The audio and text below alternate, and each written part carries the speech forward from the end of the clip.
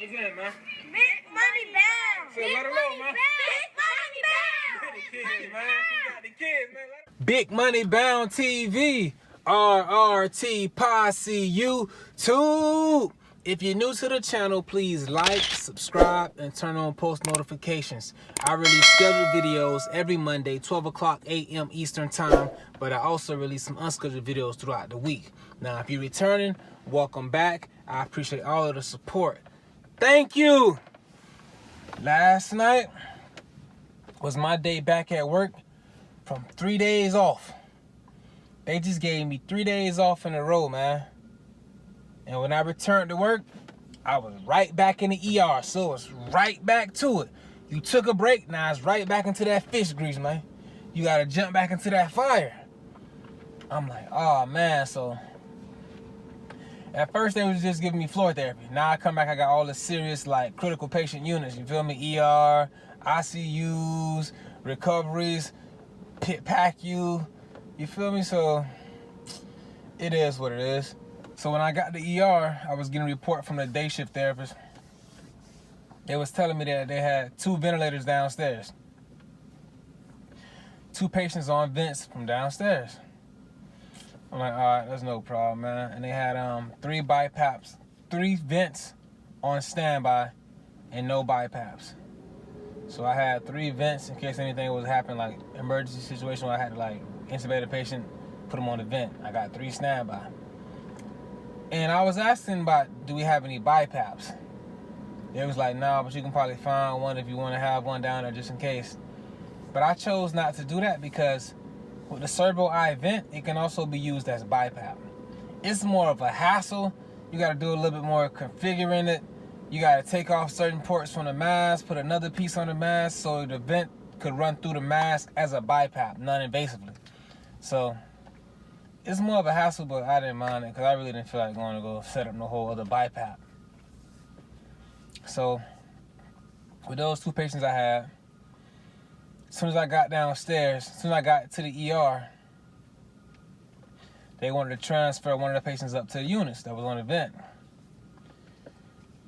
And normally when I first receive a patient that's on the vent, I have time to like assess the patient, get my own like workup of the patient, get to see like where the tube is at, what size, what's the vent settings, what's the volumes, what's the pressures, what's the static compliance, dynamic compliance, plateau pressures, all of this stuff I get to see what's going on. But when you get to the ER and they say we got to take the patient upstairs stat, you don't have time to do that. So if you didn't do it, the therapist that's receiving the patient has to do it because it has to be 8 o'clock check, 12 o'clock check, 4 o'clock check. Like every 4 hours, the vent has to be checked.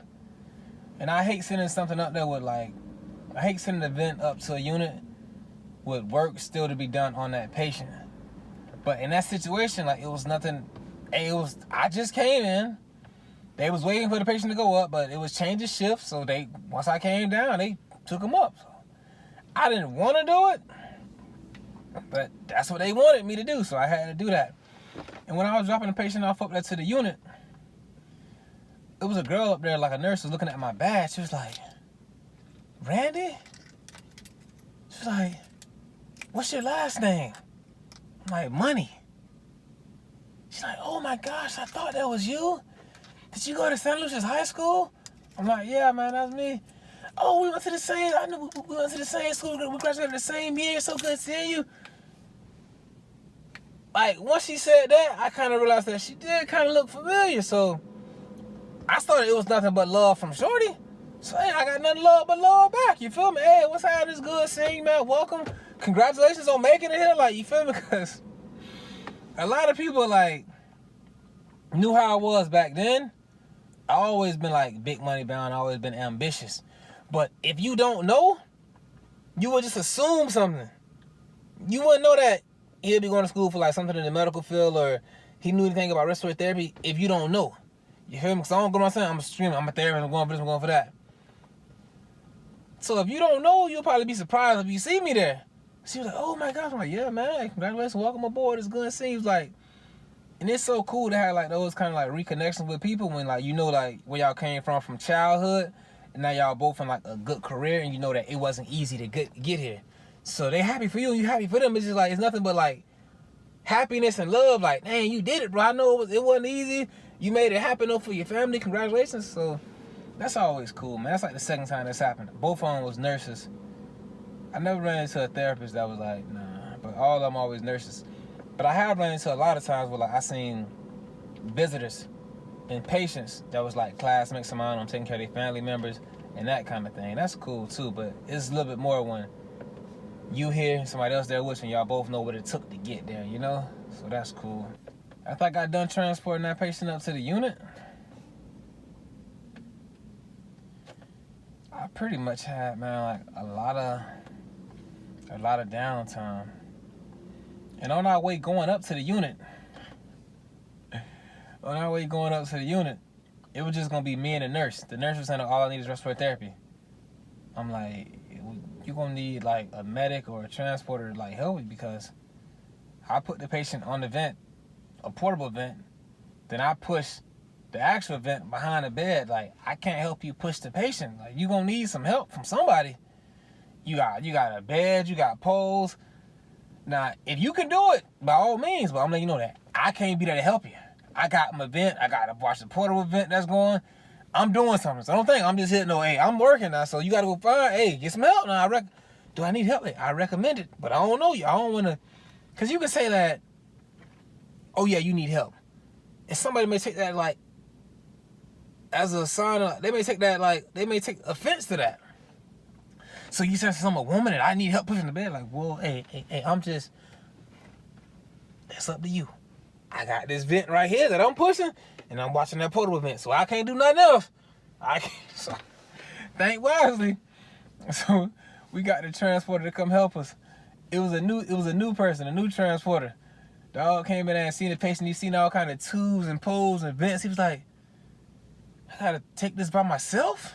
It's like, nah, we gonna be with you, dog. We gonna be with you, man. So after that situation, once I came back down to the ER, I literally had nothing but like a lot of free time. A whole bunch of free time. And in my free time, I told myself I was gonna make it more of a habit to start like, go buy some books. I went to Barnes & Noble, found some books that I was interested in, found some books that seemed interesting, and I purchased them. So I always told myself, like, whenever I have downtime at work, whenever I'm just at home relaxing, I want to make it more of an effort to like read. And the book I've been started reading so far is The Way of the Superior Man. Just like to keep your mind going, because like, aside from like reading Instagram posts in my Egan's book, and probably if I look something up online, like that's like really the only reading I do. You gotta get more like, you gotta come across there, stay within like them big words, keep your mind working, keep your brain going, like, you know, just keep yourself going and keep yourself like working, like keep your brain active. And I really chose like The Way of the Superior Man because I heard Nipsey Hussle mention the book in this interview, and I was a real like big supporter of like Nipsey Hussle, his brand, like what he stood for, how he was big on like ownership, not selling out for the quick dollar, but taking that marathon route, building something for the ground up and keeping ownership of that. So all that content you create, if anything was to ever happen to you, your loved ones, your family, they can still make residuals, make money off of that content that you created back then.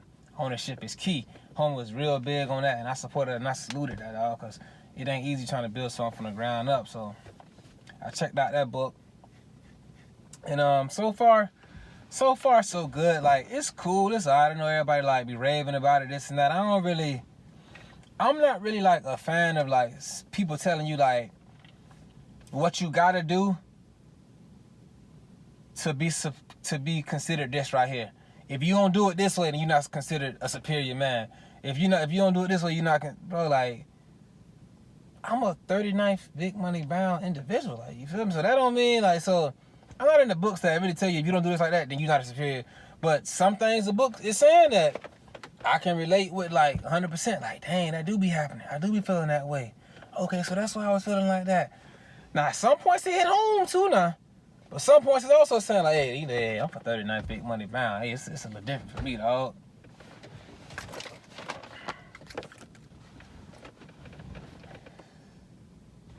You know, so I'm gonna finish the book. I'm gonna finish it because like I don't want to miss like any more gems that could be hidden in it, and like it'll be like, okay, I know everybody talk about this book. I read it. This is how I feel about it, and I can really have my input on it when somebody does bring the book up. Aside from that, I had a call for conscious sedation. And y'all know how like when a conscious sedation take place, how I told y'all people be really in there trying to like put them joints and them bones. They be really like throwing them things together, man. So the nurse had called me. She like, Randy, are you in the ER? I'm like, yeah, man. If I'm covering the ER, that's where I'm at. I guess some people be covering the ER and be over here, be over there, be up 13 floors up, 2 stories down. Like me personally, if I'm covering the ER, I'm in the ER. I ain't around the corner in the break room because I don't want nobody to come in there in an emergency situation and I gotta run back to and try to get there in time. Cause when you're trying to save somebody's life, like every second counts. I don't play around with that. I don't play around with my license. Hey, I'm in the ER. I'm in the ER. If that's what I'm covering, that's where I'm at. So yeah, that's where I'm at, man. I need you in bed 51. We're gonna do conscious sedation. I'm like, somebody showed me saying 61. I'm like, you saying 61 or 51? 61. Hold on, bro. Are you saying 5 or 6? 6. I'm like, all right, cool. I'll be there. I get to the room. So they're like, yeah, I'm sorry that you can really understand me. It didn't help that I was eating some beef jerky or some turkey jerky. Some kind of chicken jerky, some kind of jerk spices. She was eating something with jerky. I don't know if it was beef jerky, or jerk chicken, or jerk oxtails.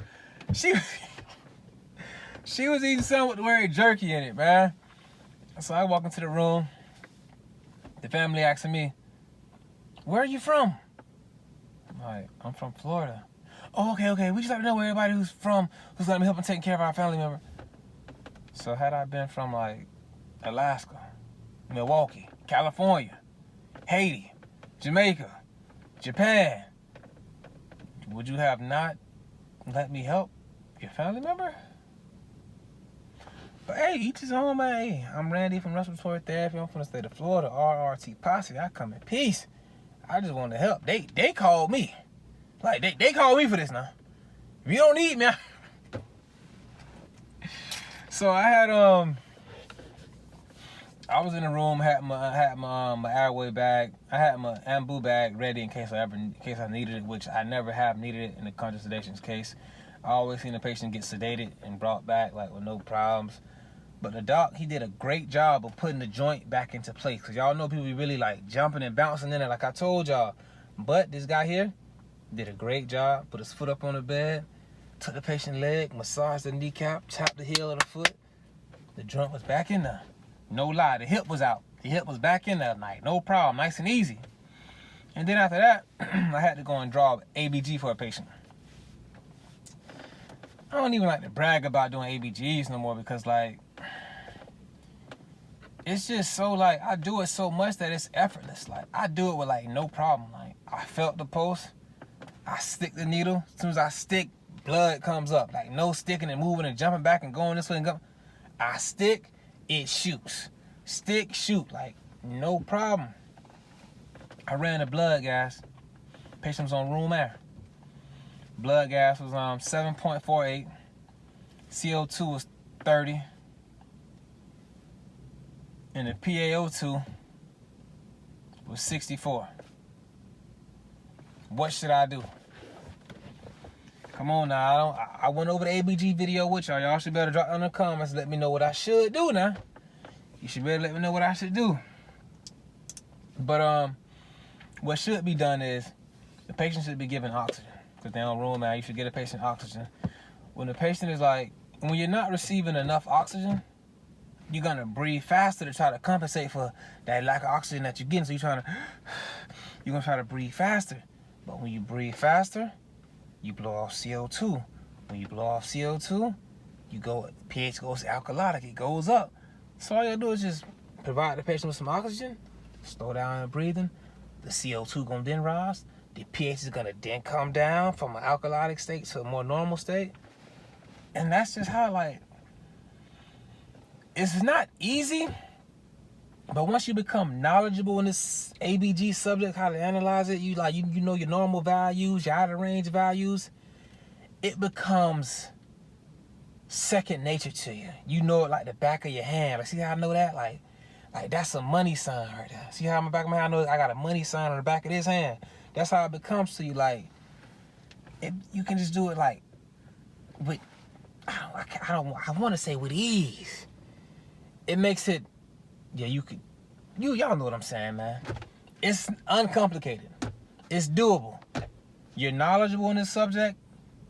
You cannot go out here and like show your skill set in that subject, in that area with no problem. Hey doc, that's what's going on. I think we should do this thing, we should do that. Oh yeah, that's a great idea. In Texas, that's all I was doing. Them doctors kept saying, man, where did you go to school at? Like, you're like the most knowledgeable therapist I've seen.